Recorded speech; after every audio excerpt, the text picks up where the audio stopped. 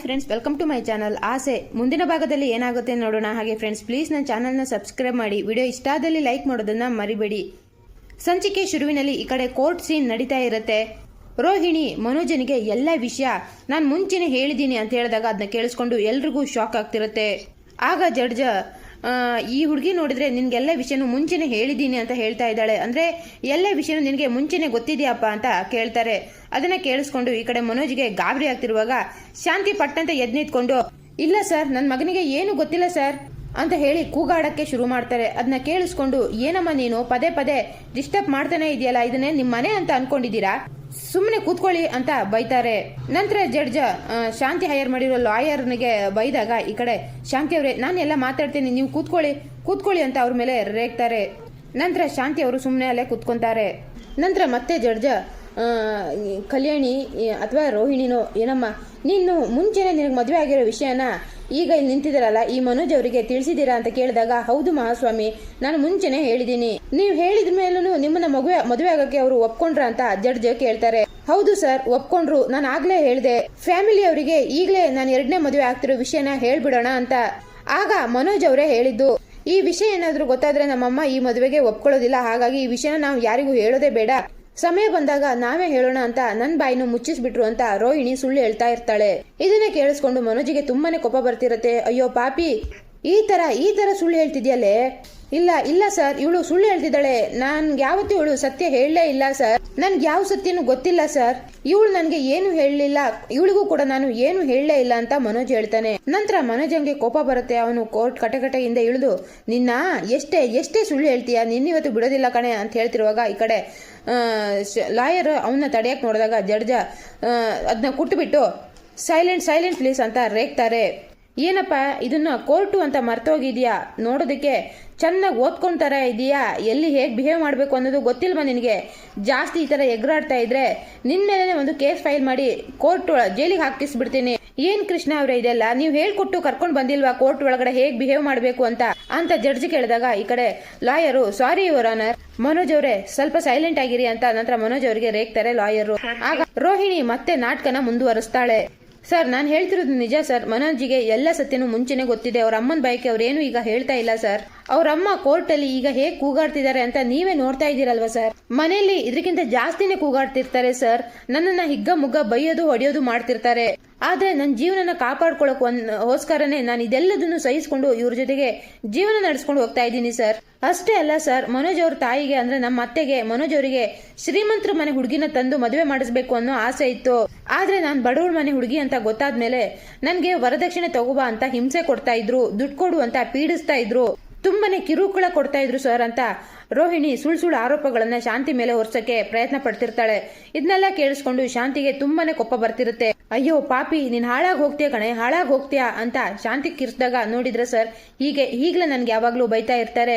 ಸಾಲದಕ್ಕೆ ಎಲ್ಲ ಮನೆ ಕೆಲಸನ ನನ್ನ ಹತ್ರನೇ ಮಾಡಿಸ್ತಾ ಇದ್ರು, ಅವ್ರ ಸೇವೆಗಳನ್ನು ನನ್ನ ಕೈಯಿಂದನೇ ಮಾಡಿಸ್ಕೊಂತಾ ಇದ್ರು ಅಂತ ರೋಹಿಣಿ ಹೇಳ್ತಿರುವಾಗ ಈ ಕಡೆ ಮೀನಂಗೆ ತುಂಬಾನೇ ಶಾಕ್ ಆದ್ರೆ ಸೂರ್ಯ ಮೀನನ್ ಮುಖ ನೋಡ್ಕೊಂಡು, ಮೀನಾ, ಮನೆಯಲ್ಲಿ ನಿನ್ಗೇನ್ ನಡೀತಾ ಇದೆಯೋ ಅದನ್ನೆಲ್ಲ ತನ್ಗೆ ನಡೆದಿದ್ದೀನಿ ಅಂತ ಬ್ರಹ್ಮಲೋಕದಲ್ಲಿ ಬದುಕ್ತಾ ಇರ್ಬೇಕು ಅವಳು ಅಂತ ಸೂರ್ಯ ಹೇಳ್ತಿರುವಾಗ ಈ ಕಡೆ ಮೀನಾ, ರೀ ನಾನು ನಿಮ್ಗೆ ಮುಂಚೆನೆ ಹೇಳಿಲ್ವಾ, ರೋಹಿಣಿ ಅಷ್ಟು ಸುಲಭಕ್ಕೆ ಯಾರನ್ನು ಬಿಡೋದಿಲ್ಲ, ಅವಳೇನೋ ಪ್ಲಾನ್ ಮಾಡ್ಕೊಂಡೆ ಇಲ್ಲಿಗೆ ಬಂದಿದ್ದಾಳೆ ಅಂತ ಮೀನಾ ಹೇಳ್ತಿರುವಾಗ ಈ ಕಡೆ ಶಾಂತಿ ಪಟ್ಟಂತ ಮತ್ತೆ ಎದ್ದು ನಿಂತ್ಕೊಂಡು, ಇಲ್ಲ ಸರ್, ಇವಳು ಬರೀ ಸುಳ್ಳು ಹೇಳ್ತಾ ಇದ್ದಾಳೆ,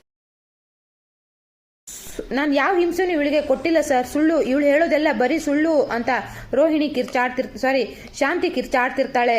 ನಂತರ ಮತ್ತೆ ಈ ಕಡೆ ಕೃಷ್ಣ ಲಾಯರ್, ಸುಮ್ನಿರಿ ಶಾಂತಿ ಅವರೇ, ಸುಮ್ನಿರಿ ಅಂತ ರೇಗ್ತಾರೆ. ಆಗ ಸೂರ್ಯ, ಸುಮ್ನೆ ಕುತ್ಕೊಳ್ಳೋ ಸಕ್ರೆ ಅಂತ ರೇಗ್ತಾನೆ. ಇನ್ನೊಂದ್ ಕಡೆ ರೋಹಿಣಿ, ನನ್ನ ಹತ್ರ ದುಡ್ಡಿಲ್ಲ ಅಂತ ಗೊತ್ತಾದ್ಮೇಲೆ, ನಾನು ಇವರಿಗೆ ದುಡ್ಡು ಕೊಡೋದಿಲ್ಲ ಅಂತ ಗೊತ್ತಾದ್ಮೇಲೆ ಮನೋಜಿಂದ ನನ್ನನ್ನು ದೂರ ಮಾಡ್ಬಿಟ್ಟು ಶ್ರೀಮಂತರ ಮನೆ ಹುಡುಗಿನ ನೋಡಿ ಇವರಿಗೆ ಮದುವೆ ಮಾಡಿಸ್ಬೇಕು ಅಂತ ಅನ್ಕೊಂಡಿದ್ದಾರೆ ಸರ್. ಹೀಗಾಗುತ್ತೆ ಅಂತಾನೆ ಮುಂಚೆನೆ ನಾನು ಎಲ್ಲಾ ವಿಷಯನೂ ಹೇಳ್ಬಿಡ್ತೀನಿ ಅಂತ ಮನೋಜ್ ಅವ್ರ ಹತ್ರ ಹೇಳಿದಾಗ ಮನೋಜ್ ಅವರು ಸತ್ಯನ ಹೇಳೋದಕ್ಕೆ ನನಗೆ ಬಿಡ್ಲೇ ಇಲ್ಲ ಸರ್. ನಾನು ಮಲೇಷ್ಯಾದಿಂದ ಬಂದವಳು, ತುಂಬಾನೇ ಶ್ರೀಮಂತರ ಮನೆ ಹುಡುಗಿ ಅಂತ ಈ ತರ ಹೇಳಿ ಅಂತ ಹೇಳ್ಕೊಟ್ಟಿರೋದೇ ಮನೋಜ್ ಅವರು ಸರ್ ಅಂತ ರೋಹಿಣಿ ಹೇಳಿದಾಗ ಮನೋಜ್ಗೆ ತುಂಬಾನೇ ಶಾಕ್ ಆಗ್ಬಿಟ್ಟು, ಅಯ್ಯೋ ಸರ್, ನಾನು ಆತರ ಏನು ಹೇಳಲೇ ಇಲ್ಲ ಸರ್, ಹೇಳ್ಕೊಟ್ಟೇ ಇಲ್ಲ ಸರ್. ನಾನು ಯಾವಾಗ್ಲೂ ನಿನ್ಗೆ ಆತರ ಹೇಳು ಅಂತ ಹೇಳ್ಕೊಟ್ಟೆ, ಎಲ್ಲೇ ಹೇಳ್ದೆ ಅಂತ ಮನೋಜ್ ಜೋರಾಗಿ ಕೂಗಾಡ್ತಿರ್ತಾನೆ. ಆಗ ರೋಹಿಣಿ, ಸಾರಿ ಮನೋಜ್, ನನ್ಗೆ ಗೊತ್ತು ನೀವು ಯಾರಿಗೂ ಹೇಳ್ಬೇಡಿ ಅಂತ, ಆದ್ರೆ ಇಷ್ಟೆಲ್ಲ ಆದ್ಮೇಲೆ ಈ ವಿಷಯನ ನಂಗಿನ್ನೂ ಮುಚ್ಚಿಟ್ಕೊಳಕ್ಕೆ ಆಗೋದಿಲ್ಲ. ಇವಾಗ ನೋಡಿ ಎಂತ ಅನಾಹುತ ಆಗೋಯ್ತು. ಸತ್ಯ ಈಗ ಬೇರೆಯವರಿಂದ ಗೊತ್ತಾಗಕ್ಕೋಗಿ ಅತ್ತೆ ನನ್ನ ಮನೆಯಿಂದನೇ ಆಚೆ ಹಾಕ್ಬಿಟ್ರು. ನೀವು ಒಂದು ಮಾತು ಕೂಡ ಅತ್ತೆಗೆ ಏನೂ ಹೇಳಲಿಲ್ಲ. ಇದನ್ನೆಲ್ಲ ನಾನೇ ಮಾಡಿಸಿದ್ದು ಅಂತಲೂ ಹೇಳಲಿಲ್ಲ. ಮಹಾಸ್ವಾಮಿ, ಏನೇ ಆದರೂ ಪರವಾಗಿಲ್ಲ, ಮನೋಜ್ ಅವರು ನನ್ನ ಗಂಡ, ನಾನು ಅವ್ರ ಜೊತೆಗೆ ಬಾಳ್ವೆ ಮಾಡಬೇಕು, ಅದಕ್ಕೊಂದೇ ಒಂದು ಅವಕಾಶ ಮಾಡಿಕೊಡಿ ಪ್ಲೀಸ್ ಸರ್. ನನಗೆ ಡಿವೋರ್ಸ್ ಬೇಡ, ನಾನು ನನ್ನ ಗಂಡನ ಜೊತೆಗೆ ಬದುಕಬೇಕು ಅಂತ ಕೈ ಮುಗ್ದು ನಾಟಕ ಮಾಡ್ಕೊಂಡು ಅಳ್ತಾ ಇರ್ತಾಳೆ ಈ ರೋಹಿಣಿ. ಆಗ ಜಡ್ಜ್ ರೋಹಿಣಿ ಅಳ್ತಿರೋದು ನೋಡ್ಕೊಂಡು, ಏನಮ್ಮ ಕೃಷ್ಣ ಇದೆಲ್ಲ, ಇದು ನಡೀತಾ ಇರೋದು ನೋಡ್ತಾ ಇದ್ರೆ ನಿಮ್ಮ ಕ್ಲೈಂಟಿಗೆ ಎಲ್ಲ ಸತ್ಯ ಮುಂಚೆನೆ ಗೊತ್ತಿದೆ ಅಂತ ಅನಿಸ್ತಾ ಇದೆಯಲ್ಲ ಅಂತ ಕೇಳಿದಾಗ ಅದನ್ನ ಕೇಳಿಸ್ಕೊಂಡು, ಇಲ್ಲ ಸರ್, ನನ್ನ ಕ್ಲೈಂಟಿಗೆ ಯಾವ ವಿಷಯನೂ ಮುಂಚೆನೆ ಗೊತ್ತಿರಲಿಲ್ಲ ಅಂತ ಈ ಕೃಷ್ಣ ಲಾಯರ್ ಹೇಳ್ತಾರೆ. ಆದ್ರೆ ಈ ಹುಡುಗಿ ಎಲ್ಲದನ್ನು ಸತ್ಯ ಹೇಳಿದ್ದೀನಿ ಅಂತ ಒಪ್ಕೊಳ್ತಾ ಇದ್ದಾಳಲ್ಲ, ಈಗ ಏನಮ್ಮ ಮಾಡೋದು ಅಂತ ಜಡ್ಜ್ ಕೇಳಿದಾಗ ಈ ಕಡೆ ಕೃಷ್ಣ ಲಾಯರ್ಗೆ ಏನ್ ಮಾಡ್ಬೇಕು ಅಂತ ಗೊತ್ತಾಗದೆ, ಶಾಂತಿ ಅವರೇ ಏನಿದೆಲ್ಲ ಅಂದ್ರೆ ನಿಮ್ಗೆ ಈ ವಿಷಯ ಮುಂಚೆನೆ ಗೊತ್ತಿತ್ತ ಅಂತ ಶಾಂತಿ ಪರ ಲಾಯರು ಶಾಂತಿನೇ ಪ್ರಶ್ನೆ ಮಾಡ್ತಾ ಇರ್ತಾರೆ. ಆಗ ಶಾಂತಿ ನನಗೇನು ಗೊತ್ತಿಲ್ಲ ಅಂತ ತಲೆ ಅಲ್ಲಾಡಿಸ್ತಿರ್ತಾರೆ. ಆಗ ಕೃಷ್ಣ ಮತ್ತೆ ಲಾಯರ್, ಯುವರ್ ಆನರ್, ಸತ್ಯನ ಸುಳ್ಳು ಅಂತ ಹೇಳೋದು ಅಥವಾ ಸುಳ್ಳನ್ನ ಸತ್ಯ ಅಂತ ಹೇಳೋದು ಈ ಹುಡುಗಿಗೇನೋ ಹೊಸ್ತಲ್ಲ. ತಾನು ಏನು ಹೇಳಲೇ ಇಲ್ಲ, ಆದ್ರೂ ಹೇಳಿದ್ದೀನಿ ಅಂತ ಈ ಕಟ್ಕಟೆಯಲ್ಲಿ ಬಂದು ನಿಂತ್ಕೊಂಡು ಸುಳ್ಳು ಹೇಳ್ತಾ ಇದ್ದಾಳೆ. ಇವಳು ಹೇಳ್ತಿರೋದೆಲ್ಲ ಸುಳ್ಳು ಯುವರ್ ಆನರ್. ಈ ಹುಡುಗನಿಗೆ ಏನಾದ್ರೂ ಸತ್ಯ ಗೊತ್ತಿದ್ದಿದ್ರೆ ಮುಂಚೆನೆ ನನಗೆ ವಿಷಯನ ತಿಳಿಸ್ತಾ ಇದ್ರು ಅಂತ ಲಾಯರ್ ಹೇಳ್ತಾ ಇರುವಾಗ ಅದನ್ನ ಕೇಳಿಸ್ಕೊಂಡು ಜಡ್ಜ್, ಹೇಗಮ್ಮ ಆಗುತ್ತೆ, ಒಂದ್ ವೇಳೆ ನಿನ್ನ ಹತ್ರನೇ ನಿನ್ ಕ್ಲೈಂಟ್ ವಿಷಯನ ಮುಚ್ಚಿಟ್ಟಿರ್ಬಹುದು ಅಲ್ವಾ, ನಿನ್ಗೆ ಮೋಸ ಮಾಡಿರ್ಬಹುದು ಅಲ್ವಾ ಅಂತ ಹೇಳಿದಾಗ ಅದನ್ನ ಕೇಳಿಸ್ಕೊಂಡು ಈ ಕಡೆ ಲಾಯರ್ಗೆ ಶಾಕ್ ಆಗಿ ಮನೋಜ್ ಕಡೆಗೆ ಶಾಕ್ ಇಂದ ನೋಡ್ತಿರ್ತಾರೆ ಲಾಯರ್. ಆಗ ಮನೋಜ್, ಇಲ್ಲ ಇಲ್ಲ ಇಲ್ಲ ನನಗೇನು ಹೇಳಿಲ್ಲ, ಇವಳು ನನಗೇನು ಹೇಳಲಿಲ್ಲ ಅಂತ ಕೂಗಾಡ್ತಿರ್ತಾನೆ. ಆಗ ಲಾಯರ್, ಒಂದ್ ವೇಳೆ ನನ್ನ ಕ್ಲೈಂಟಿಗೆ ಸತ್ಯ ಗೊತ್ತಿದ್ದಿದ್ರೆ ಡಿವೋರ್ಸ್ ಕೊಡ್ಸಿ ಅಂತ ಇಲ್ಲಿ ತನಕ ಯಾಕೆ ಸರ್ ಬರ್ತಾ ಇದ್ರು ಅಂತ ಹೇಳ್ತಿರುವಾಗ ರೋಹಿಣಿ ಪಟ್ಟ ಅಂತ, ಸರ್ ನನ್ನ ಗಂಡ ಡಿವೋರ್ಸ್ ಬೇಕು ಅಂತ ಕೇಳಲೇ ಇಲ್ಲ ಸರ್, ಅವ್ರ ಅಮ್ಮನೇ ಬಲವಂತ ಮಾಡಿ ಇಲ್ಲಿವರೆಗೂ ಕರ್ಕೊಂಡು ಬಂದಿರೋದು ಅಂತ ಶಾಂತಿ ಮೇಲೆ ಸುಳ್ಳು ಹೇಳಿದಾಗ ಮತ್ತೆ ಶಾಂತಿಗೆ ತುಂಬಾನೇ ಕೋಪ ಬರ್ತಿರುತ್ತೆ. ನಂತರ ರೋಹಿಣಿ, ಸರ್ ನನ್ನ ಗಂಡನ ಹತ್ರ ನಾನು ಕೆಲವೊಂದು ಪ್ರಶ್ನೆಗಳನ್ನ ಕೇಳಬೇಕು, ದಯವಿಟ್ಟು ನನಗದು ಅವಕಾಶ ಮಾಡಿಕೊಡಿ ಪ್ಲೀಸ್, ಆವಾಗಲೇ ಎಲ್ರಿಗೂ ಸತ್ಯ ಏನು ಅಂತ ಅರ್ಥ ಆಗೋದು ಅಂತ ರೋಹಿಣಿ ಜಡ್ಜ್ ಹತ್ರ ಪರ್ಮಿಷನ್ ಕೇಳ್ತಿರ್ತಾಳೆ.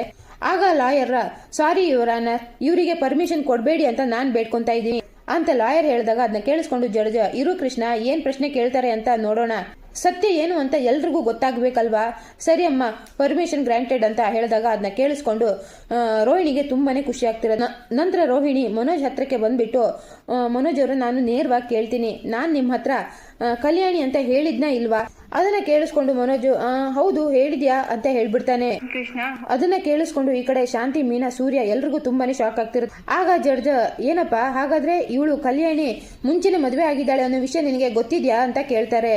ಅದು ಹಾಗಲ್ಲ, ಇವಳು ಕಲ್ಯಾಣಿ ಅದೇನಂದ್ರೆ ಅದು ದೆವ್ವ ಭೂತ ಅಂತ ಮನೋಜ್ ಏನೇನೋ ಹೇಳಕ್ ಶುರು ಮಾಡಿದಾಗ, ಹೆಂಡತಿಗೆ ದೆವ್ವ ಭೂತ ಅಂತೆಲ್ಲ ಕರಿಬಾರ್ದಪ್ಪ ಅಂತ ಜಡ್ಜು ಬೈತಾರೆ. ಅದು ಹಾಗಲ್ಲ ಮಹಾಸ್ವಾಮಿ ಅಂತ ಈ ಕಡೆ ಮನೋಜ್ ಹೇಳಕ್ ಬಂದಾಗ, ನೋಡಿದ್ರ ಮಹಾಸ್ವಾಮಿ, ಇವರಿಗೆ ನಾನು ಕಲ್ಯಾಣಿ ಅಂತ ಮುಂಚೆನೆ ಗೊತ್ತಿದೆ, ನನ್ ಮಗ ಕೃಷಿಗೆ ನೀವೇ ತಾನೇ ಡ್ಯಾಡಿ ಅಂತ ಕರಿಬೇಕು ಅಂತ ಅವನಿಗೆ ಹೇಳ್ಕೊಟ್ಟಿರೋದು ಅಂತ ರೋಹಿಣಿ ಕೇಳಿದಾಗ, ಹೌದು ಹೇಳ್ದೆ, ಆದ್ರೆ ಅದೆಲ್ಲನೂ ನಿನ್ ಮೈ ಮೇಲೆ ಕಲ್ಯಾಣಿ ಅನ್ನೋ ದೆವ್ವ ಬಂದಾಗ ಯಾವ್ದಾವ್ದೋ ಆತ್ಮ ಬಂದು ಹೇಳೋದಕ್ಕೆ ನಾನು ಆತರ ಹೇಳಿದ್ದು ಅಂತ ಮನೋಜ್ ಹೇಳ್ತಾನೆ. ಯಾಕೆ ಮನೋಜ್ ಏನೇನೋ ಹೇಳ್ತಾ ಇದ್ದೀರಾ, ನನ್ಗೆ ಗೊತ್ತು ನಿಮ್ಗೆ ನಿಮ್ಮ ಅಮ್ಮನ ಭಯ ಇದೆ ಅಂತ, ಆದ್ರೆ ನಾನು ಒಂದೇ ಒಂದು ಪ್ರಶ್ನೆ ಕೇಳ್ತೀನಿ, ನಾನ್ ನಿಮ್ಗೆ ಈಗಾಗಲೇ ಮುಂಚೆ ಕಲ್ಯಾಣಿ ಅಂತ ಹೇಳಿದ್ನೋ ಇಲ್ವೋ, ಕ್ರಿಶ್ ನನ್ನ ಮಗನೇ ಅಂತ ನಾನು ನಿಮ್ಗೆ ಹೇಳಿದ್ನೋ ಇಲ್ವೋ, ನನಗೆ ಇದು 2ನೇ ಮದುವೆ ಅಂತ ನಾನು ನಿಮ್ಗೆ ಹೇಳಿದ್ನೋ ಇಲ್ವೋ ಅಂತ ರೋಹಿಣಿ ಕೇಳಿದಾಗ ಅದನ್ನ ಕೇಳಿಸ್ಕೊಂಡು, ಅದು ನೀನ್ ಬಂದು ಅದು ಏನ್ ಹೇಳಿದ್ದೆ ಅಂದ್ರೆ ಅಂತ ಮನೋಜ್ ತಡವರಸಕ್ಕೆ ಶುರು ಮಾಡ್ತಾನೆ. ಅದೆಲ್ಲ ಬೇಡ ಮನೋಜ್, ನಾನು ಹೇಳಿದ್ನ ಇಲ್ವಾ ಅಂತ ಮತ್ತೆ ರೋಹಿಣಿ ವಾಯ್ಸ್ ರೈಸ್ ಮಾಡಿ ಕೇಳಿದಾಗ ಈ ಕಡೆ ಮನೋಜ್ಗೆ ಏನ್ ಹೇಳ್ಬೇಕು ಅಂತ ಗೊತ್ತಾಗದೆ, ಹೌದು ಹೇಳಿದ್ಯಾ ಆದ್ರೆ ಅಂತ ಏನೋ ಹೇಳಕ್ ಬರ್ತಾನೆ. ಅಷ್ಟರಲ್ಲಿ ನೋಡಿದ್ರ ಸರ್, ನಾನು ಆಲ್ರೆಡಿ ಎಲ್ಲ ವಿಷಯನೂ ಇವರಿಗೆ ಹೇಳಿದ್ದೀನಿ, ಅದು ಕೂಡ ಇವರಿಗೆ ಗೊತ್ತಿದೆ. ಅದನ್ನ ಕೇಳಿಸ್ಕೊಂಡು ಈ ಕಡೆ ಜಡ್ಜ್ ಫೈಲಲ್ಲಿ ಎಲ್ಲದನ್ನು ನೋಟ್ ಮಾಡ್ಕೊಂತಿರ್ತಾರೆ. ಆಗ ಶಾಂತಿಗೆ ಇದನ್ನೆಲ್ಲ ನೋಡ್ಕೊಂಡು ತುಂಬಾನೇ ಗಾಬರಿ ಆಗ್ಬಿಟ್ಟು ಏ ಅಂತ ಏನು ಹೇಳಕ್ ಬರ್ತಾಳೆ. ಅಷ್ಟರಲ್ಲಿ ತಲೆ ಸುತ್ತಿ ಹಾಗೆ ಗಾಬರಿಯಿಂದ ಕೆಳಗಡೆ ಬಿದ್ದೋಗ್ಬಿಡ್ತಾಳೆ. ಅದನ್ನ ನೋಡ್ಕೊಂಡು ಸೂರ್ಯ ಮೀನನಿಗೆ ತುಂಬಾನೇ ಶಾಕ್ ಆಗ್ಬಿಟ್ಟು ಈ ಕಡೆ ಅತ್ತೆ ಅಂತ ಮೀನಾ ಬಂದ್ರೆ ಸಕ್ಕರೆ ಅಂತ ಓಡ್ ಬಂದ್ಕೊಂಡು ಶಾಂತಿನ ಗಟ್ಟಿಯಾಗಿ ಹಿಡ್ಕೊಂತಾನೆ ಸೂರ್ಯ. ಈ ಕಡೆ ಜಡ್ಜ್ ಇದನ್ನ ನೋಡ್ಕೊಂಡು, ಕೃಷ್ಣ ಇದು ಸದ್ಯಕ್ಕೆ ಮುಗಿಯೋ ಕಾಣಿಸ್ತಾ ಇಲ್ಲ, ಬೇರೆ ಕೇಸ್ಗಳೆಲ್ಲ ತುಂಬಾ ಪೆಂಡಿಂಗ್ ಬಿದ್ದಿದ್ಯಮ್ಮ, ನಾನು ನೆಕ್ಸ್ಟ್ ಇಯರಿಂಗಿಗೆ ಬರ್ತೀನಿ ಅಂತ ಒಂದು ಡೇಟ್ ಕೊಡ್ತಾರೆ. ನಂತರ ಕೋರ್ಟ್ ಸೀನ್ ಇಲ್ಲಿಗೆ ಮುಗ್ದೋಗುತ್ತೆ. ನೆಕ್ಸ್ಟ್ ಸೀನೆ ಮನೆ ತೋರಿಸ್ತಿರ್ತಾರೆ. ಈ ಕಡೆ ಮನೆಗೆ ಬರ್ತಿದ್ದಂತೆ ಶಾಂತಿ ಅಡುಗೆ ಮನೆಗೆ ಹೋಗ್ಬಿಟ್ಟು ಈ ದೋಸೆ ಮಚ್ಚಾಕ್ತಾರಲ್ಲ ಷಟ್ಕ ಅದನ್ನ ಬಿಸಿ ಮಾಡ್ತಿರ್ತಾರೆ. ಆಗ ಮನೋಜ್ ಅಲ್ಲಿಗೆ ಬಂದ್ಬಿಟ್ಟು ಯಾಕಮ್ಮ ಇದನ್ನ ಬಿಸಿ ಮಾಡ್ತಿದ್ಯಾ ಅಂತ ಹೇಳಿದಾಗ ನಿನಗೆ ಹಿಡಿದು ಕಣು ಅಂತ ಅದನ್ನ ಎತ್ಕೊಂಡು ಮನೋಜ್ ಹಿಂದೆ ಅಟ್ಟಾಡಿಸ್ಕೊಂಡು ಹೋಗಕ್ಕೆ ಶುರು ಮಾಡಿದಾಗ ಈ ಕಡೆ ಅಮ್ಮ ಅಮ್ಮ ಅಮ್ಮ ಯಾಕಮ್ಮ ಹೀಗೆ ಮಾಡ್ತಿದ್ಯಾ ಬಿಸಾಕಮ್ಮ ಅಂತ ಇಡೀ ಮನೆಯೆಲ್ಲ ಓಡಾಡ್ತಿರ್ತಾನೆ. ಆಗ ಅಲ್ಲಿಗೆ ರಂಗನಾಥ್ ಬಂದ್ಬಿಟ್ಟು ಶಾಂತಿ ಏನಿದೆ ಅಲ್ಲ, ಯಾಕೆ ಹೀಗೆ ಮಾಡ್ತಿದ್ಯಾ ಶಾಂತಿ, ಎಸಿ ಅದನ್ನ ಅಂತ ಹೇಳಿದಾಗ ಇಲ್ಲ ರೀ, ಇವನಿಂದಾಗಿ ನಮ್ಗೆ ಇವತ್ತು ಕೋರ್ಟಲ್ಲಿ ಎಷ್ಟೊಂದು ಅವಮಾನ ಆಯಿತು ಗೊತ್ತಾ, ಇವನಿಗೆ ಎಲ್ಲ ವಿಷಯ ಮುಂಚೆನೆ ಗೊತ್ತಿತ್ತಂತೆ ಅಂತ ಶಾಂತಿ ಹೇಳಿದಾಗ ಅದನ್ನ ಕೇಳಿಸ್ಕೊಂಡು ರಂಗನಾಥಿಗೆಲ್ಲ ಶಾಕ್ ಆಗ್ತಿರುತ್ತೆ. ನಂತರ ಅಯ್ಯೋ ನನಗೆ ಯಾವ ವಿಷಯನೂ ಗೊತ್ತಿರಲಿಲ್ಲ ಅಮ್ಮ, ಸೂರ್ಯ ಏನೋ ನಿಂತ್ಕೊಂಡು ನೋಡ್ತಾ ಇದ್ಯಾ, ತಡೆಯೋ ಅಮ್ಮಂಗೆ ಹೇಳು ನನಗೆ ಯಾವ ವಿಷಯನೂ ಗೊತ್ತಿರಲಿಲ್ಲ ಅಂತ. ಅಮ್ಮ ನಾನು ನಿಜ ಹೇಳ್ತಿದ್ದೀನಿ, ನನಗೆ ಯಾವ ವಿಷಯನೂ ಗೊತ್ತಿರ್ಲಿಲ್ಲಮ್ಮ ಅಂತ ಮನೋಜ್ ಹೇಳ್ತಿದ್ರೆ ಈ ಕಡೆ ಸೂರ್ಯ ಸಕ್ರೆ ಇವನ್ನ ನಂಬಕ್ ಹೋಗ್ಬೇಡ, ಇವನು ಆ ಪೌಡ್ರ್ ಜೊತೆ ಸೇರ್ಕೊಂಡು ತುಂಬಾ ಸುಳ್ಳು ಹೇಳೋದನ್ನ ಕಲ್ತ್ಕೊಂಡ್ ಬಿಟ್ಟಿದ್ದಾನೆ. ಆವತ್ತು ಅಪ್ಪನ ದುಡ್ಡನ್ನ ತಗೊಂಡು ಶೋರೂಮ್ ಇಟ್ಕೊಂಡು ಆ ಪೌಡ್ರು ಅಪ್ಪ ದುಡ್ಡು ಕೊಟ್ಟಿದ್ದಾರೆ ಅಂತ ಸುಳ್ಳು ಹೇಳಿಲ್ವಾ, ಹಾಗೆ ಈ ವಿಷಯನು ಪೌಡ್ರು ಮುಂಚೆನೆ ಹೇಳಿರ್ಬೇಕು, ಅದನ್ನ ಮುಚ್ಚಿಟ್ಟು ನಮ್ಮ ಎಲ್ಲರೂ ಯಾಮಾರಿಸ್ತಿರ್ಬೇಕು, ಸರಿಯಾದ ದಬಾಯಿಸ್ ಕೇಳು ಅಂತ ಸೂರ್ಯ ಹೇಳಿದಾಗ ನಿನ್ನ ಇವತ್ತು ಬಿಡೋದಿಲ್ಲ ಕಣೋ ಮಗ ಅಂತ ತಲೆ ಮೇಲೆ ಒರೆಸ್ಕೊಂಡು ಮೆರೆಸೋದಕ್ಕೆ ಚೆನ್ನಾಗಿ ಮಾಡಿದೆ, ನೀನು ಇವತ್ತು ಬಿಡೋದಿಲ್ಲ ಕಣೋ ಅಂತ ಶಾಂತಿ ತುಂಬಾನೇ ಕೋಪದಲ್ಲಿರುವಾಗ ರಂಗನಾಥ್ ಅಲ್ಲಿಗೆ ಬಂದ್ಬಿಟ್ಟು ಅದನ್ನ ಕಿತ್ತು ಎಸೆದ್ಬಿಟ್ಟು ಶಾಂತಿ ಏನ್ ಮಾಡ್ತಿದ್ಯಾ, ಸ್ವಲ್ಪ ಸಮಾಧಾನ ಮಾಡ್ಕೋ, ಮನೋಜ ಏನಿದೆ ಅಲ್ಲ ಈಗಲೂ ಕೇಳ್ತಾ ಇದ್ದೀನಿ, ಮುಂಚೆನೆ ನಿನ್ಗೆ ಈ ವಿಷಯ ಎಲ್ಲ ಗೊತ್ತಿತ್ತಾ ಅಂತ ರಂಗನಾಥ್ ಕೇಳಿದಾಗ ಅಪ್ಪ ಅಮ್ಮನ ಮೇಲೆ ಆಣೆ ಮಾಡ್ತಾ ಇದ್ದೀನಿ, ನನಗೆ ಯಾವ ವಿಷಯನೂ ಗೊತ್ತಿರಲಿಲ್ಲ ಅಪ್ಪ, ಅವಳು ನನಗೆ ಯಾವ ವಿಷಯನೂ ಹೇಳಿರಲಿಲ್ಲ, ಈ ವಿಷಯನ ನನಗೇನಾದ್ರೂ ಹೇಳಿದಿದ್ರೆ ನಾನು ಸುಮ್ಮನೆ ಇರ್ತಾ ಇದ್ನಾ, ಹೇಗಪ್ಪ ಈ ವಿಷಯನೆಲ್ಲ ಕೇಳಿಸ್ಕೊಂಡು ಸುಮ್ಮನೆ ಇರೋದಕ್ಕಾಗುತ್ತೆ, ನನಗೆ ಯಾವ ವಿಷಯನೂ ಗೊತ್ತಿರಲಿಲ್ಲ, ಅವಳು ಹೇಳೇ ಇಲ್ಲ ಅಂತ ಹೇಳಿದಾಗ ಮತ್ತೆ ಯಾಕೋ ಅವಳು ಕೇಳಿದಾಗೆಲ್ಲ ಗೊತ್ತು ಅಂತ ಹೇಳ್ತಿದ್ದೆ ಅಂತ ಶಾಂತಿ ಕೇಳ್ತಿದ್ರೆ ಈ ಕಡೆ ಮೀನಾ ಮುಂದೆ ಬಂದ್ಬಿಟ್ಟು ಆ ರೋಹಿಣಿಗೆ ಏನು ಮಾತಲ್ಲಿ ಮರಳು ಮಾಡೋದೇನು ಹೊಸ್ತಾ, ಅವಳು ಯಾವಾಗಲೂ ಸುಳ್ಳು ಹೇಳ್ಕೊಂಡೇ ಬದುಕ್ದವಳಲ್ವಾ, ಹಾಗೆ ಕೂಡ ಈಗಲೂ ಸುಳ್ಳು ಹೇಳಿರ್ಬೇಕು ಅಂತ ಮೀನಾ ಹೇಳ್ತಿದ್ರೆ ಈ ಕಡೆ ರವಿ ಹೌದು ಅಪ್ಪ, ಮನೋಜ ಅಮ್ಮನ ಮೇಲೆ ಆಣೆ ಹಾಕ್ತಿದ್ದಾನೆ ಅಂದ್ರೆ ಈ ವಿಷಯ ಅವನಿಗೆ ಗೊತ್ತಿಲ್ಲ ಅಂತಾನೆ ಅರ್ಥ, ಆ ರೋಹಿಣಿನೇ ಏನೋ ಯಾಮಾರಿಸಿರ್ಬೇಕು ಅಂತ ಹೇಳಿದಾಗ ಅದನ್ನ ಕೇಳಿಸ್ಕೊಂಡು ಈ ಕಡೆ ಸೂರ್ಯನಿಗೆ ತುಂಬಾನೇ ಕೋಪ ಬರ್ತಿರುತ್ತೆ. ಆಗ ಶಾಂತಿ ಇವತ್ತೇ ಡಿವೋರ್ಸ್ ಸಿಗುತ್ತೆ ಅಂತ ಅನ್ಕೊಂಡಿದ್ದೆ, ಎಲ್ಲ ಇವತ್ತಿಗೆ ಮುಗ್ದೋಗುತ್ತೆ ಅಂತ ಅನ್ಕೊಂಡಿದ್ದೆ, ಆದ್ರೆ ಅವಳು ಎಂತೆಂಥ ಮಾತುಗಳನ್ನೆಲ್ಲ ಆಡ್ತಾ ಇದ್ರು ಗೊತ್ತಾ ರೀ, ನೀವೇನಾದ್ರೂ ಕೇಳಿಸ್ಕೊಂಡಿದ್ರೆ ಅಷ್ಟೇ ಕತೆ, ಅವಳಿಗೆ ನಾನು ಕಿರುಕುಳ ಕೊಡ್ತಿದ್ದಂತೆ, ಮನೇಲಿ ಎಲ್ಲ ಕೆಲಸ ಮಾಡಿಸ್ತಿದ್ದಂತೆ, ವರದಕ್ಷಿಣೆ ತರೋದಕ್ಕೆ ಅವಳಿಗೆ ಹಿಂಸೆ ಕೊಡ್ತಿದ್ದಂತೆ, ಹಾಗೆ ಹೀಗೆ ಅಂತ ನನ್ನ ಮೇಲೆ ಇಲ್ದಿರೋ ಆರೋಪಗಳನ್ನೆಲ್ಲ ಹೊರಿಸ್ತಾ ಇದ್ಲು ರೀ, ಅದನ್ನೆಲ್ಲ ಕೇಳಿಸ್ಕೊಂಡು ನನ್ನ ಕೈಯಿಂದ ಇರೋದಕ್ಕೆ ಆಗ್ಲಿಲ್ಲ ಗೊತ್ತಾ ಅಂತ ಶಾಂತಿ ಹೇಳಿದಾಗ ಅದನ್ನ ಕೇಳಿಸ್ಕೊಂಡು ಅವಳು ಈಗಾಗಲೇ ಎಷ್ಟೆಲ್ಲ ನಮ್ಮನ್ನ ಯಾಮಾರಿಸಿದಾಳೆ ಅಂತ ನಿನಗೆ ಗೊತ್ತಲ್ವಾ ಶಾಂತಿ, ಇಷ್ಟೆಲ್ಲ ಆದ್ಮೇಲೂ ಅವಳು ಅದನ್ನೇ ಮುಂದುವರಿಸ್ಕೊಂಡು ಹೋಗ್ತಿದ್ದಾಳೆ ಅಂದ್ರೆ ಅವಳು ಸಾಮಾನ್ಯ ಹೆಣ್ಣಲ್ಲ, ಅವಳು ಇದನ್ನೆಲ್ಲ ಅಷ್ಟು ಸುಲಭವಾಗಿ ಬಿಡೋ ಹಾಗೆ ಕಾಣಿಸ್ತಾ ಇಲ್ಲ, ಅವಳು ಕೆಟ್ಟ ಗುಣ ಅನ್ನೋದು ಅವಳ ರಕ್ತದಲ್ಲಿ ಅದು ಬೆರ್ತೋಗಿರ್ಬೇಕು ಅಂತ ಹಾಗೆ ಹೀಗೆ ಅಂತ ಹೇಳಕ್ ಶುರು ಮಾಡ್ತಾರೆ. ಆಗ ಇಲ್ಲ ಹೇಗಾದ್ರೂ ಮಾಡಿ ಆ ಪೌಡ್ರ್ ದಸಿಲಿ ಮುಖ ಏನು ಅಂತ ಕೋರ್ಟಿಗೆ ತೋರಿಸ್ಲೇಬೇಕು, ಅವಳು ನಮ್ಮ ಹತ್ರ ಹೇಗೆ ಸುಳ್ಳು ಹೇಳ್ತಿದ್ದಾಳೋ ಅದೇ ತರ ಕೋರ್ಟಲ್ಲಿ ಅವಳ ಬಾಯಿಂದನೇ ಅದೆಲ್ಲದನ್ನು ಹೊರಗಡೆ ಕಕ್ಕಿಸ್ಬೇಕು ಅಂತ ಹೇಳಿದಾಗ ಆದ್ರೆ ಅದು ಹೇಗೆ, ಅವ್ರು ಯಾವುದೇ ಕಾರಣಕ್ಕೂ ಸತ್ಯ ಒಪ್ಕೊಳ್ಳೋದಿಲ್ಲ ಅಂತ ಮೀನಾ ಹೇಳಿದಾಗ ಒಂದು ಐಡಿಯಾ ಮಾಡೋಣ ಅಂತ ಶ್ರುತಿ ಹೇಳ್ತಾರೆ. ಏನದು ಅಂತ ಮೀನಾ ಕೇಳಿದಾಗ ಈ ಕಡೆ ಮನೋಜ್ ಅವರೇ ನೀವು ಈಗಲೇ ರೋಹಿಣಿ ಅವ್ರ ನಂಬರ್ಗೆ ಫೋನ್ ಮಾಡಿ ಅಂತ ಹೇಳಿದಾಗ ಅದನ್ನ ಕೇಳಿಸ್ಕೊಂಡು ಶಾಂತಿ ಏನಮ್ಮ ಅವಳಿಂದ ನನ್ನ ಮಗನಿಗೆ ಮುಕ್ತಿ ಕೊಡಿಸ್ಬೇಕು ಅಂತ ನಾನು ಅನ್ಕೊಂಡಿದ್ರೆ ಅವಳಿಗೆ ಫೋನ್ ಮಾಡು ಅಂತ ನನ್ನ ಮಗನಿಗೆ ಹೇಳ್ತಾ ಇದೆಯಲ್ಲ ಅಂತ ಮೀನಾ ಕೇಳಿದಾಗ ಶಾಂತಿ ಕೇಳಿದಾಗ ಅಯ್ಯೋ ಅತ್ತೆ ನಾನು ಹೇಳ್ತಿರೋದು ರೋಹಿಣಿ ಅವ್ರ ಜೊತೆಗೆ ಮಾತಾಡಿ ರೊಮ್ಯಾನ್ಸ್ ಮಾಡಿ ಅಂತ ಹೇಳ್ತಿಲ್ಲ, ಮನೋಜ್ ಅವರೇ ನೀವು ರೋಹಿಣಿ ಅವ್ರ ಜೊತೆಗೆ ಫೋನ್ ಮಾಡಿ ಮಾತಾಡಿ ಯಾಕೆ ಈ ತರ ಸುಳ್ಳು ಆರೋಪಗಳನ್ನ ಕೋರ್ಟಲ್ಲಿ ನನ್ನ ಮೇಲೆ ಹೊರಿಸಿದೆ ಅಂತ ಕೇಳಿ, ಆಗ ಅವರು ಸತ್ಯ ಹೇಳ್ತಾರಲ್ವಾ ಅದನ್ನ ರೆಕಾರ್ಡ್ ಮಾಡ್ಕೊಳ್ಳಿ, ನಂತರ ಆ ರೆಕಾರ್ಡ್ನ ನಾವು ಮುಂದಿನ ಹಿಯರಿಂಗ್ ಅಲ್ಲಿ ಕೋರ್ಟಲ್ಲಿ ತೋರಿಸಿದ್ರೆ ಅದು ಸಾಕ್ಷಿ ಆಗುತ್ತೆ, ಆಗ ನಿಮ್ಗೆ ಈಸಿಯಾಗಿ ಡಿವೋರ್ಸ್ ಸಿಗುತ್ತೆ ಅಂತ ಶ್ರುತಿ ಹೇಳಿದಾಗ ಅದನ್ನ ಕೇಳಿಸ್ಕೊಂಡು ಎಲ್ರಿಗೂ ಖುಷಿ ಆಗ್ತಿರುತ್ತೆ. ನಂತರ ಹೌದು ಹಾಗೆ ಮಾಡು ಆ ಮಿಡಕ್ಲಾಡಿಗೆ ಈಗಲೇ ಫೋನ್ ಮಾಡು ಅಂತ ಶಾಂತಿ ಹೇಳಿದಾಗ ಸರಿ ಅಮ್ಮ ಅಂತ ಮನೋಜ ಫೋನ್ ಮಾಡ್ತಾನೆ. ಆಗ ಮಾತಾಡ್ತಾ ಹಾಗೆ ಫೋನ್ನ ರೆಕಾರ್ಡಿಗೆ ಹಾಕು, ಅದು ಮರಿಬೇಡ ನೀನು, ನೆನಪಿಂದ ರೆಕಾರ್ಡಿಗೆ ಹಾಕು ಅಂತ ಸೂರ್ಯ ಹೇಳಿದಾಗ ಅದನ್ನ ಕೇಳಿಸ್ಕೊಂಡು ಸರಿ ಅಂತ ರೋಹಿಣಿಗೆ ಫೋನ್ ಮಾಡ್ತಾರೆ. ಈ ಕಡೆ ರೋಹಿಣಿ ಫೋನ್ ರಿಸೀವ್ ಮಾಡಿಬಿಟ್ಟು ಏನು ಮನೋಜ್ ಅವರೇ ಇಷ್ಟು ದಿನ ಆದಮೇಲೆ ನೀವಾಗೆ ನನಗೆ ಫೋನ್ ಮಾಡಿದ್ದೀರಾ ಅಂತ ಹೇಳಿದಾಗ ಯಾಕೆ ಕೋರ್ಟಲ್ಲಿ ಎಲ್ಲ ಸುಳ್ಳು ಹೇಳಿದೆ ಅಂತ ಹೇಳಿದಾಗ ಏನು ಹೇಳ್ತಿದ್ರೆ ನನಗೊಂದು ಅರ್ಥನೇ ಆಗ್ತಾ ಇಲ್ಲ ಅಂತ ರೋಹಿಣಿ ನಾಟಕ ಮಾಡೋಕ್ಕೆ ಶುರು ಮಾಡ್ತಾಳೆ. ನಾಟಕ ಮಾಡಬೇಡ ಕಣೆ, ನೀನು ಯಾವಾಗಲೂ ನೀನು ಎಲ್ಲ ವಿಷಯನ ನನಗೆ ಹೇಳಿದ್ಯಾ ಅಂತ ಮನೋಜ್ ಕೇಳಿದಾಗ ಮುಂಚೆನೇ ಎಲ್ಲನೂ ಹೇಳಿದ್ನಲ್ಲ ಮನೋಜ್ ಅವರೇ ಅಂತ ರೋಹಿಣಿ ಹೇಳ್ತಿರ್ತಾಳೆ. ಅದನ್ನ ಕೇಳಿಸ್ಕೊಂಡು ಸುಳ್ಳು ಹೇಳ್ಬೇಡ, ನೀನು ಯಾವತ್ತೇ ನನಗೆ ಎಲ್ಲ ವಿಷಯನೂ ಹೇಳಿದ್ದೆ, ಯಾಕೆ ನನ್ನ ಮೇಲೆ ಅಷ್ಟು ದೊಡ್ಡ ಸುಳ್ಳು ಆರೋಪನ ಹೊರಿಸ್ತೆ, ನಿಜ ಹೇಳು, ನೀ ನನಗೆ ಯಾವ ವಿಷಯನೂ ಹೇಳೇ ಇಲ್ಲ ಅಂತ ಮನೋಜ್ ಹೇಳಿದಾಗ ಏನು ಮನೋಜ್ ಅವರು ಹೀಗೆ ಹೇಳ್ತಾ ಇದ್ದೀರಾ, ನಿಮಗೆ ನಿಮ್ಮ ಮನೆಯವ್ರು ಎಲ್ರಿಗೂ ನನ್ನ ವಿಷಯ ಗೊತ್ತಿದೆ ಅಲ್ವಾ, ವಿಷಯ ಗೊತ್ತಿದ್ದೆ ನೀವು ನನ್ನ ಮನೆಯಿಂದ ಆಚೆ ಹಾಕಿದ್ದಲ್ವಾ, ಅದಕ್ಕೆ ತಾನೇ ಈಗ ನನಗೆ ಡಿವೋರ್ಸ್ ಕೊಡ್ತಿರೋದು ನೀವು ಅಂತ ರೋಹಿಣಿ ಹೇಳಿದಾಗ, ನೋಡು ನಿನ್ನ ವಿಷಯ ಗೊತ್ತಾದ್ಮೇಲೆ ನಾವು ನಿನಗೆ ಡಿವೋರ್ಸ್ ಕೊಡದೆ ಏನು ಇನ್ನು ಮನೇಲೇ ಇಟ್ಕೊಳಕ್ಕಾಗತ್ತೆ, ಅದೆಲ್ಲ ಬೇಡ, ನಾನು ಕೇಳೋದಕ್ಕೆ ಮಾತ್ರ ಉತ್ತರ ಕೊಡು, ನಾನು ಕೇಳಿದ ಪ್ರಶ್ನೆಗೆ ಉತ್ತರ ಕೊಡು ಅಂತ ಈ ಕಡೆ ಮನೋಜ್ ಹೇಳ್ತಿದ್ರೆ, ಅಯ್ಯೋ ನೀವು ಕೇಳೋದು ಹೆಚ್ಚಾ, ನಾನು ನಿಮ್ಮ ಜೊತೆಗೆ ಮಾತಾಡೋದು ಹೆಚ್ಚಾ, ನೋಡಿ ಇದೆಲ್ಲದಕ್ಕೂ ಆ ಸೂರ್ಯ ಮೀನಾ ಇದಾರಲ್ಲ ಅವರೇ ಕಾರಣ, ಅವರಿಂದನೇ ನಮ್ಮಿಬ್ರು ಮಧ್ಯೆ ಬಿರುಕು ಬರ್ತಾ ಇರೋದು, ಅವ್ರನ್ನ ನಂಬಕ್ಕೆ ಹೋಗ್ಬಿಡಿ ನೀವು ಅಂತ ರೋಹಿಣಿ ಹಾಗೆ ಹೀಗೆ ಹೇಳಕ್ ಶುರು ಮಾಡಿದಾಗ ಅದನ್ನ ಕೇಳಿಸ್ಕೊಂಡು ಈ ಕಡೆ ಸೂರ್ಯನಿಗೆ ಕೋಪ ಬರುತ್ತೆ. ಅವ್ನ ಫೋನ್ ಕಿತ್ಕೊಂಡು ಇನ್ನೇನು ಬೈಬೇಕು ಅನ್ನೋ ಅಷ್ಟರಲ್ಲಿ ಮೀನಾ ಹೋಗಿ ಸೂರ್ಯನ ತಡೆದು ಎಳ್ಕೊಂಡು ಹಿಂದಕ್ಕೆ ಬರ್ತಾಳೆ. ನಂತರ ಏಯ್ ನನ್ಗೆ ಅದೆಲ್ಲ ಬೇಡ, ನೀನೀಗ ಸತ್ಯ ಹೇಳು, ನೀನು ಯಾವಾಗಲೇ ನಮ್ಮ ಮನೆಯವರಿಗೆ ನನಗೆ ಮುಂಚೆನೆ ಸತ್ಯ ಹೇಳಿದ್ದೆ ಅಂತ ಹೇಳಿದ್ಯಲ್ಲ, ಯಾವಾಗ ಹೇಳಿದ್ದೆ ಹೇಳು, ನಿನಗೆ ಮುಂಚೆನೆ ಮದುವೆ ಆಗಿದೆ, ನಿನಗೊಬ್ಬ ಮಗ ಇದ್ದೆ ಅನ್ನೋ ವಿಷಯನ ಮುಂಚೆನೆ ನನಗೆ ಹೇಳಿಲ್ಲ, ಆದ್ರೆ ಮುಂಚೆನೆ ಹೇಳಿದ್ದೆ ಅಂತ ಕೋರ್ಟಲ್ಲಿ ಬಂದು ಸುಳ್ಳು ಹೇಳಿದ್ಯಲ್ಲ, ಅದು ಯಾಕೆ ಅಂತ ಮನೋಜ್ ಕೇಳ್ತಾನೆ. ಆಗ ರೋಹಿಣಿ, ಮನೋಜ್ ಅವರೇ, ನನ್ನನ್ನ ನಿಮ್ಮಿಂದ ದೂರ ಮಾಡೋದಕ್ಕೆ ನಿಮ್ಮ ಮನೆಯವರೆಲ್ಲರೂ ಸೇರ್ಕೊಂಡು ನಿಮ್ ಬ್ರೈನ್ ವಾಶ್ ಮಾಡ್ತಾ ಇದಾರೆ ಅಲ್ವಾ, ಆದ್ರೆ ಇದೆಲ್ಲದಕ್ಕೂ ಕಾರಣ ನಿಮ್ಮ ಅಮ್ಮನೇ ಅಂತ ಮತ್ತೆ ರೋಹಿಣಿ ಹೇಳ್ತಿರ್ತಾಳೆ. ಅವರಿಂದನೇ ಇಷ್ಟೆಲ್ಲ ಸಮಸ್ಯೆ ಆಗ್ತಿರೋದು ಅಂತ ರೋಹಿಣಿ ಹೇಳ್ತಿರ್ತಾಳೆ. ಅದನ್ನ ಕೇಳಿಸ್ಕೊಂಡು, ಏಯ್ ನಾನ್ ಕೇಳ್ತಿರೋ ಪ್ರಶ್ನೆಗೆ ಸರಿಯಾಗಿ ಉತ್ತರ ಕೊಡೆ, ನೀ ನನಗೆ ಮುಂಚೆನೆ ಎಲ್ಲ ವಿಷಯನ ಹೇಳಿದ್ಯೋ ಇಲ್ವೋ, ಅದನ್ನ ಬಿಟ್ಟು ಬೇರೆ ಬೇರೆ ಏನೇನೋ ಯಾಕೆ ಮಾತಾಡ್ತಾ ಇದ್ದೀಯಾ ಅಂತ ಮನೋಜ್ ಕೇಳಿದಾಗ, ನಾನೇನ್ ಹೇಳಿದ್ದೆ, ಅಯ್ಯೋ ಇವಳಿಗೆ ಈಗ ಮತ್ತೆ ಎಲ್ಲದನ್ನು ಹೇಳಬೇಕು, ನೋಡು ಸರಿಯಾಗಿ ಕೇಳಿಸ್ಕೊ, ನೀನ್ ಕೋರ್ಟಲ್ಲಿ ನನಗೆಲ್ಲ ವಿಷಯನೂ ಮುಂಚೆನೆ ಗೊತ್ತು ಅಂತ ಯಾಕೆ ಹೇಳಿದೆ ಅಂತ ಮತ್ತೆ ಮನೋಜ್ ಕೇಳಿದಾಗ, ಏನ್ ಮನೋಜ್ ಇದೆಲ್ಲ ನಿಮ್ಗೆ ನನ್ನ ನೆನಪೇ ಆಗೋದಿಲ್ವಾ, ನೀವು ಅತ್ತೆ ಮಾತನ್ನ ಕೇಳಬೇಡಿ, ನೋಡಿ ನೀವು ನನ್ನ ಮನೋಜು ನನ್ನ ಮಾತನ್ನ ಕೇಳಬೇಕು, ನಾವಿಬ್ರು ಗಂಡ ಹೆಂಡತಿ ಹಾಗೆ ಹೀಗೆ ಅಂತ ರೋಹಿಣಿ ಹೇಳ್ತಿರುವಾಗ ಅದನ್ನ ಕೇಳಿಸ್ಕೊಂಡು ಶಾಂತಿ ಕೋಪ ಬರ್ತಿರ್ತೆ. ಏಯ್ ಯಾರ್ದೇ ಮನೋಜು, ಅವನು ನನ್ನ ಮನೋಜ್ ಕಣೆ, ಈ ತರ ಗಂಡನಿಗೆ ಮೋಸ ಮಾಡಿ ಈ ತರ ಯಾಮಾರಿಸಿ ಮನೆಯವರೆಲ್ರಿಗೂ ಮೋಸ ಮಾಡೋದಕ್ಕೆ ನಿನಗೇನು ಅನಿಸ್ತಿಲ್ವ ಅಂತ ಶಾಂತಿ ಬೈದಾಗ, ಅತ್ತೆ ಏನತ್ತೆ ನೀವು ಗಂಡ ಹೆಂಡತಿ ಮಾತಾಡ್ತಿರುವಾಗ ಕತ್ ಕೇಳಿಸ್ಕೊಂತೀರಾ ಅಂತ ರೋಹಿಣಿ ಕೇಳ್ತಾರೆ. ಅದನ್ನ ಕೇಳಿಸ್ಕೊಂಡು, ಏಯ್ ನೀ ನನ್ನ ಕೈ ಸಿಗೆ ನಿನಗೆ ಚಪ್ಪಲಿಯಲ್ಲಿ ಬಾರಿಸ್ತೀನಿ ಕಣೆ ಅಂತ ಕಾಲಲ್ಲಿ ಹಾಕೊಂಡು ಚಪ್ಪಲಿನ ತಕ್ಕೊಂಡು ಈ ಕಡೆ ರೋಹಿಣಿ ಇದ್ದಾಳೆ ಅಂತ ಆ ಫೋನಿಗೆ ರಪರಪ ಅಂತ ಹೊಡಿತಿರುವಾಗ, ಅಮ್ಮ ಏನ್ ಮಾಡ್ತಿದ್ಯಾ ಅಂತ ಮನೋಜ್ ಕೇಳ್ತಾನೆ. ಏಯ್ ಅವಳು ಈಗ ಸದ್ಯಕ್ಕೆ ನನ್ನ ಕೈ ಸಿಗ್ತಾ ಇಲ್ವಲ್ಲ, ಅದಕ್ಕೇನೆ ಇಲ್ಲೇನೆ ಅವಳಿಗೆ ಚಪ್ಪಲಿಯಲ್ಲಿ ಬಾರಿಸ್ತಾ ಇದ್ದೀನಿ ಅಂತ ಹೇಳ್ತಿದ್ರೆ, ಈ ಕಡೆ ಅತ್ತೆ ನೀವು ಇದೇ ತರ ನನಗೆ ತುಂಬಾ ಸರಿ ಹೊಡೆದಿದ್ದೀರಾ ಅತ್ತೆ, ಏನತ್ತೆ ನೀವು ಗಂಡ ಹೆಂಡತಿ ಮಾತಾಡ್ತಿರುವಾಗ ಕದ್ದು ಕೇಳಿಸ್ಕೊಂತೀರಾ ಅಂತ ರೋಹಿಣಿ ಕೇಳಿದಾಗ ಅದನ್ನ ಕೇಳಿಸ್ಕೊಂಡು ಶಾಂತಿಗೆ ಇನ್ನ ಕೋಪ ಜಾಸ್ತಿ ಆಗ್ತಿರತ್ತೆ. ನೀನ್ ಎದುರುಗಡೆ ಸಿಕ್ಕಿದ್ರೆ ನಿನ್ನ ಸಾಯಿಸೇ ಬಿಡ್ತಿದ್ದೆ ಕಣೆ, ನೀನ್ ಸಿಗು ಅಂತ ರಪರಪರ ಅಂತ ಫೋನಲ್ಲೇ ಚಪ್ಪಲಿಯಲ್ಲಿ ಬಾರಿಸ್ತಾ ಇರ್ತಾರೆ. ಈ ಕಡೆ ಶಾಂತಿ ಅದನ್ನ ನೋಡ್ಕೊಂಡು, ಮೀನಾ ಏನತ್ತೆ ನೀವು, ನಾವು ಅವಳನ್ನ ಹಿಡ್ದಾಕೋಣ ಅಂದ್ರೆ ನೀವೇ ಅವಳಿಗೆ ದಾರಿ ಮಾಡಿಕೊಟ್ರಲ್ಲ ಅತ್ತೆ. ಆಗ ಶಾಂತಿ, ಅವಳು ಹಾಗೆಲ್ಲ ಮಾತಾಡ್ತಿರುವಾಗ ಇನ್ನು ನಾವು ಸುಮ್ಮನೆ ಕಾಯಿ ಕಟ್ಕೊಂಡು ಕೇಳಿಸ್ಕೊಂಡು ಇರಕ್ಕಾಗತ್ತಾ, ಅದನ್ನ ಕೇಳಿಸ್ಕೊಂಡು ರವಿ, ಅಮ್ಮ ನೀನ್ ಹೀಗೆ ಮಾತಾಡ್ಲಿ ಅಂತಾನೆ ಅವ್ರು ನಿನ್ನ ಟ್ರಿಗರ್ ಆಗುವಾಗೆ ಮಾತಾಡಿದ್ದು ಅಂತ ರವಿ ಹೇಳ್ತಿರ್ತಾನೆ. ಆಗ ಶ್ರುತಿ, ಹೌದು ರವಿ ಇಸ್ ರೈಟ್, ನಾವು ರೆಕಾರ್ಡ್ ಮಾಡ್ಕೊಂತಿದೀವಿ ಅನ್ನೋದು ಅವಳಿಗೂ ಮುಂಚೆನೆ ಗೊತ್ತಾಗಿದೆ, ಅದಕ್ಕೆ ಅವಳು ಕ್ಲೆವರ್ ಆಗಿ ಮೂವ್ ಮಾಡಿದ್ಲು.